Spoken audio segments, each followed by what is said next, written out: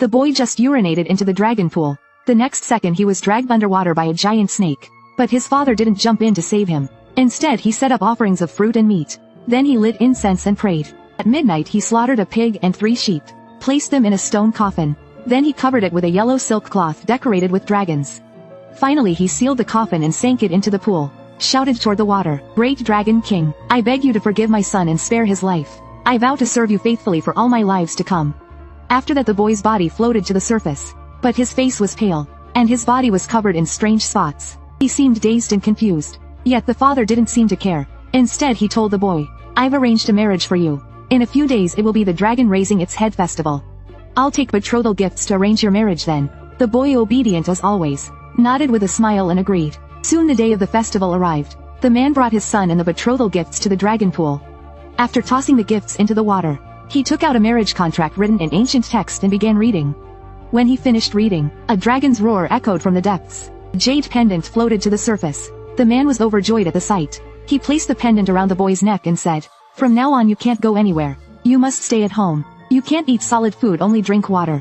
If you're hungry, speak to the pendant and say, 'Wife, I want to eat fish.' In the evening someone will bring you fish. When you turn 20, you and your wife can have your formal wedding." Later the man returned home and took out a painting. It depicted a stunning woman in ancient attire. She also wore a jade pendant on her neck. The man told his son, "This is your wife. From now on you must burn incense and worship her daily." From that day on the boy never left the courtyard. Every day he stared obsessively at the painting. Sometimes he would look at it for the entire day. In the blink of an eye 13 years passed. During this time the man's reputation grew immensely. People came to him endlessly for feng shui advice. Among them was the Shen family, the wealthiest family in the southwest. They paid him tens of thousands in silver. But that was also the last time he provided feng shui services. Afterward he spoke to his son. 13 years ago I took you to the dragon pool to arrange your marriage.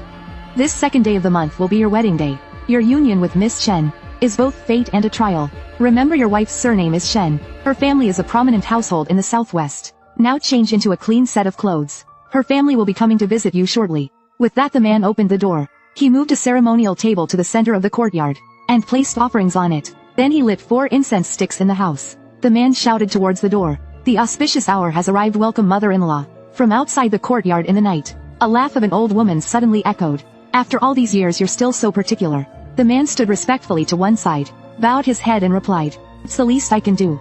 The boy looked up, and saw an old woman in a black robe, wearing a ghostly face mask, staggering into the yard. She was surrounded by a faint black mist. The man glanced at his son, and the boy immediately stepped forward. He knelt in front of the old woman, and bowed saying, "Greetings mother-in-law, I am Long Lei Shen."